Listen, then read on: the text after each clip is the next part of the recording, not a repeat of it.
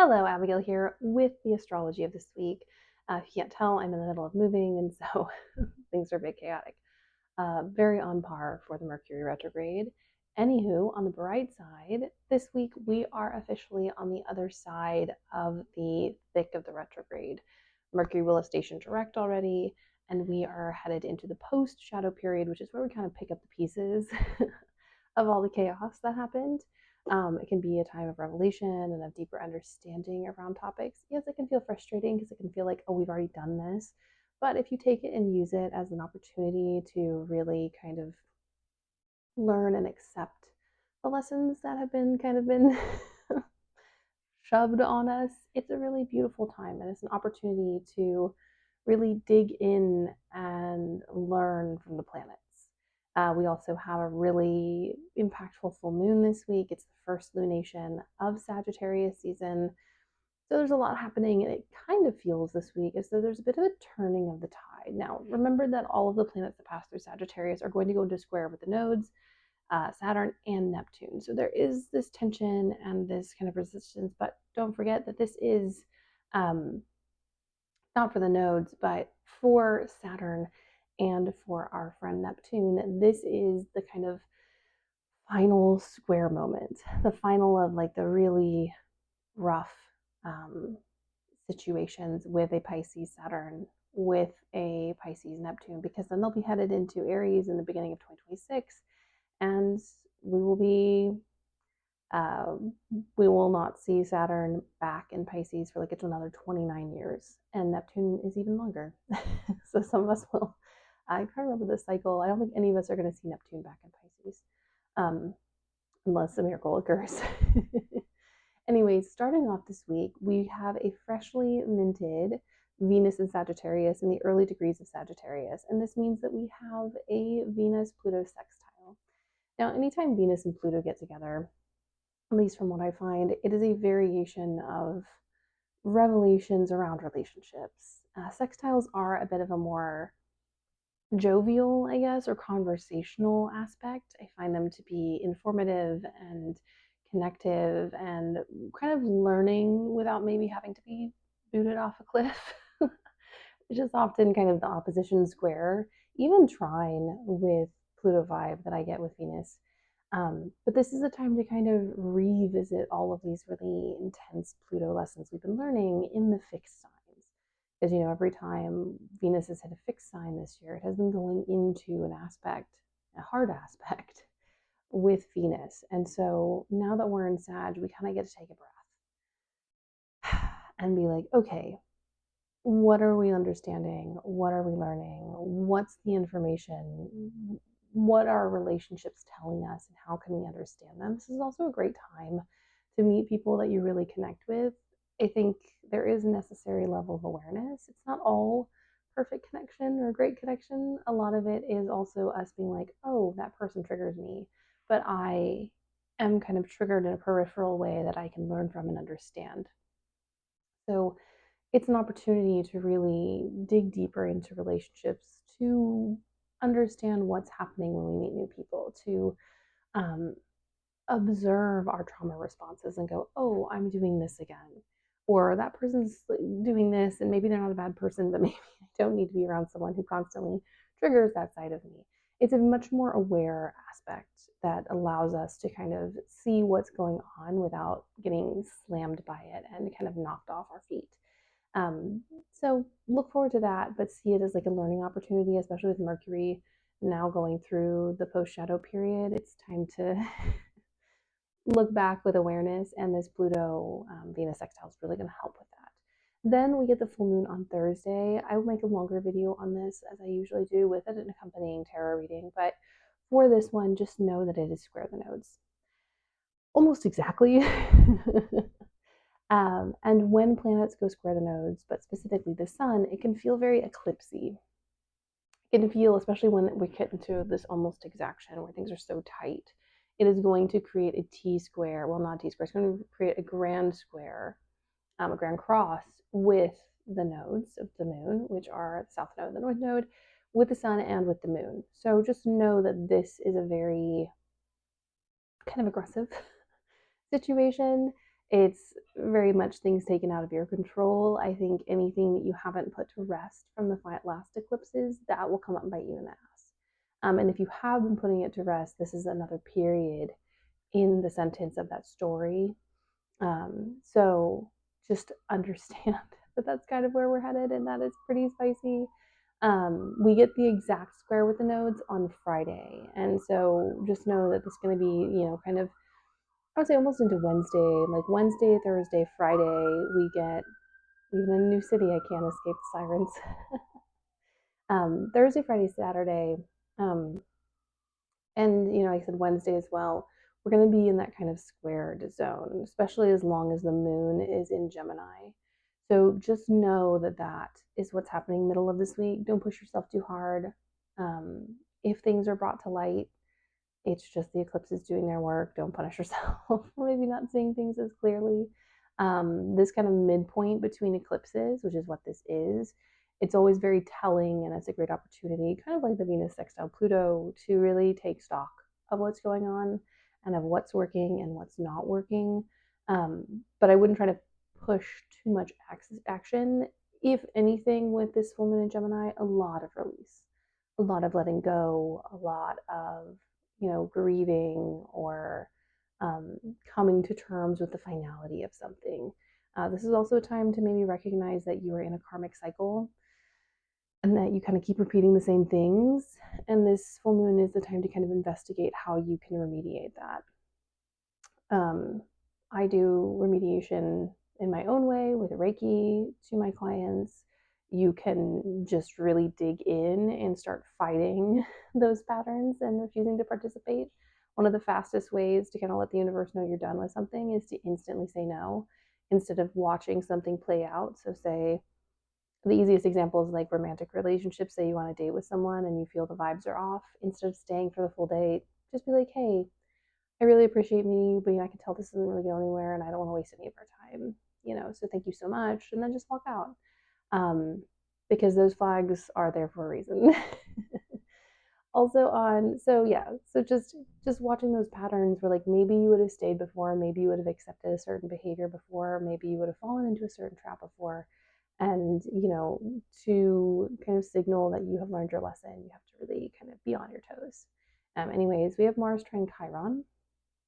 A lot of wounding coming up on this day too. I think it's going to play into that square of just recognizing where we've been hurt, where people have taken advantage or have tried to take control over us.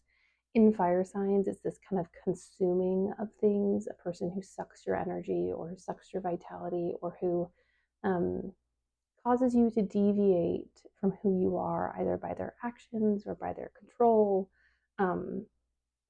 And Mars in Sagittarius is very much communicating with that very hurt Aries Chiron that is very childlike in a way. It's like Aries Chiron can often have that kind of confusion of kids when adults get angry and the anger isn't justified, or they're not being explained to, or they don't get an apology, and it's very hurtful. So this Mars in Sagittarius is very much like, F that. You deserve to understand, you deserve to be autonomous, you can be in community, and you can be yourself. And so I encourage you on this day, if you are feeling as though you cannot be yourself and there's a big wounding and feeling of pain around it, it's time to investigate who is making us feel like we can't. Now, some of us, it might be ourselves and having some unlearned stuff, but for some of us, it will be other people in our lives. And this is a day to really be like, no, I get to be me in whatever way that is, and start to detangle ourselves from the places and people and things that keep us from that. I understand we can't just rip certain parts of our life away, but if there's a job that's not serving you, or a person, or a dynamic, any situation, this is a great day to be like, I am now beginning to cut those cords. Maybe it'll be resolved now, but I will resolve it soon, or at least in the next year, because the year is not that long. I always tell my clients that when they want to find someone tomorrow. Year is not that long. It seems like it's long, though. I know, I have ADHD, believe me. Understanding time is not my forte. Anyways, on Saturday, we start into our kind of final series of trines with our water planets. So Mercury will go into that trine with Jupiter that is retrograde at 24 degrees. Jupiter's retrograde is kind of honestly all the astrology is showing us where we are in alignment to stuff. 2025, regardless of placement, although if you have something like a nodal opposition or a Saturn return happening, you have been extra slammed. But regardless of those kind of realignments that we get in astrology or Saturn, any type of Saturn square or trine, even, also depending on your sign, those trines can hit hard. Um, this realignment into what we deserve and what we are getting, and the environments in which we live, and whether they are meeting those needs or not. And, it's also recognizing if we are unable to meet someone else's needs and having the courage and the bravery to say, hey, I can't meet all of these needs. And for some of us, that means walking away. For some of us, that means a change in dynamic. Um, but these trines are kind of a gift. Now, it's a heavy hitting gift because we have a grand trine with Jupiter, Saturn, and Neptune happening all at once. So it is spicier than just your average trine. And those people I know who have, especially water risings, I'm finding really getting slammed by this energy. And it's a mixture of like innate, deep, soul crushing overwhelm and like the most psychic revelation stuff they've ever seen. So it's kind of a blessing and a curse. I think a blessing overall, but not easy to navigate in the moment. If you have any heavy water placements, this is slamming you. I actually don't have that many water placements, but my Pluto is at 24 degrees of Scorpio. So, that is a really big planet to get hit by a trine like this for an extended period of time. So just keep track of what is happening in Scorpio that is creating maybe a trine that is really this kind of vortex of energy and magic that is kind of picking you up and placing you on a different place in your path. And it can feel really jarring and also equally rewarding. So we have this trine with Mercury. It's about understanding those needs. It's also about being creative, about getting them met. It's also unpacking whether things are our needs or are the things that have been placed on us by society and other people. Because in Cancer, you can end up with a lot of other people's energy, mostly because Cancer is so kind of such a magnetizing energy that a lot of people are like, you can meet my needs. And it's like, yes, I can meet some of them, but I can't meet all of them. And that's totally fine and legitimate. And that's how all humans work. But in this moment, we're being asked to be really honest with our capacity and with what we can and cannot do, and also honest with our dreams. Jupiter in Cancer is here to bring the gifts, but they want us, especially with this Mercury time, to know what gifts we want, to really be like, I desire these things. And something I go back to a lot as someone who's kind of tossed and turned by the universe over the years is manifest with what you want to feel. Don't just manifest the things, and you can manifest things. I'm not saying you can't. Pardon me. But manifest what you want to feel when you get those things. I'm manifesting happiness and joy and fulfillment and feeling loved and cared for. I think for many of us, we get caught up in one kind of single thing that seems like it would solve the problems. And unfortunately, life is a never ending tangle of them. And so, really focusing on and projecting those feelings into the energy helps us no matter how the universe, because some of us are very, very karmically driven. And so some of the stuff that we want is not the stuff that we are going to get or need. And that's totally fine. It doesn't eliminate the fact that the universe absolutely can bring us the things that we want. But it means that the universe is like, hey, unfortunately, we have all this stuff to do. And while it would be lovely to get those things, for your soul's growth, these things are more important. And so manifesting those feelings means that regardless of what you were karmically gifted in order to progress as a soul, you are still getting the feelings and the joy and the success that you wanted, just maybe not in the way that you thought originally. And this is coming from someone with a square to the nodes, which in past life work is very much about having to allow the universe to have its way in order to process the karmic things in the past that need to be processed in order for the soul to progress. We have a Mercury trine Saturn on Sunday. This is a part of our little trifecta of trines, our little 333s, if you will. And this is kind of right coming off of our capacity in the sense of like emotional abundance. We are now going to the capacity in the sense of our limitations, because Saturn is about limits and endings and no's and things that are kind of have outworn their welcome in a sense or need to be rebuilt, rethought. Um, so on this day, we have this very spicy Saturn moment. Important to note, Saturn is direct now. So there is a dialogue about what we want, what we are progressing towards, what is buildable for the future. This is also our kind of little mental goodbye to Saturn and Pisces, even though we do have it for a couple more months in that sign. But this is our last trine. And so I think it's going to be a really sweet moment of kind of seeing and understanding, in a sense, what we've been doing and why we've been doing it. I said this at the beginning of Saturn and Pisces. A lot of the work we will do in Saturn and Pisces is going to feel invisible. Like we'll make progress and we will achieve things, but a lot of kind of the biggest moments in a Saturn Pisces cycle are things that we look back on and go, oh, I had no idea that was going on. And that was a really, really impactful time in history in my life. Um, but it kind of seemed a little silly, goofy, or like I couldn't quite get my hands on the reasons for things.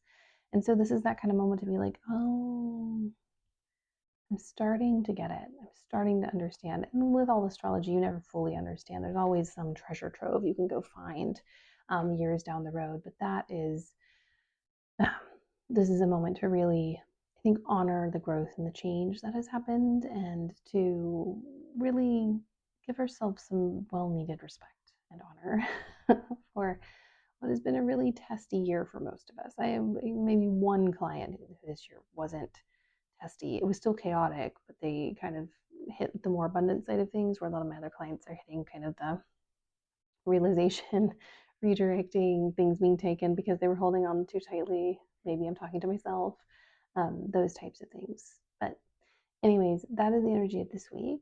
It's a lot of processing, it's a lot of remembering, it's a lot of kind of coming up against a wall and being like, I kind of know what this wall is now, and I have a better idea of how I want to tackle it. Doesn't mean the journey's over. Doesn't mean we get relief necessarily. The energy of the final parts of this year, pretty spicy, but it does mean that we're starting to get some clarity, which I think is really helpful. And thank goodness we're out of the heavy hitting part of this Mercury retrograde. I mean, it's still going to be spicy when Mercury goes back into detriment, um, but at least it's not going backwards. Anyways, all right, my loves, this is my reading for this week. And we'll see you in a different space of time, and hopefully when I am more settled in.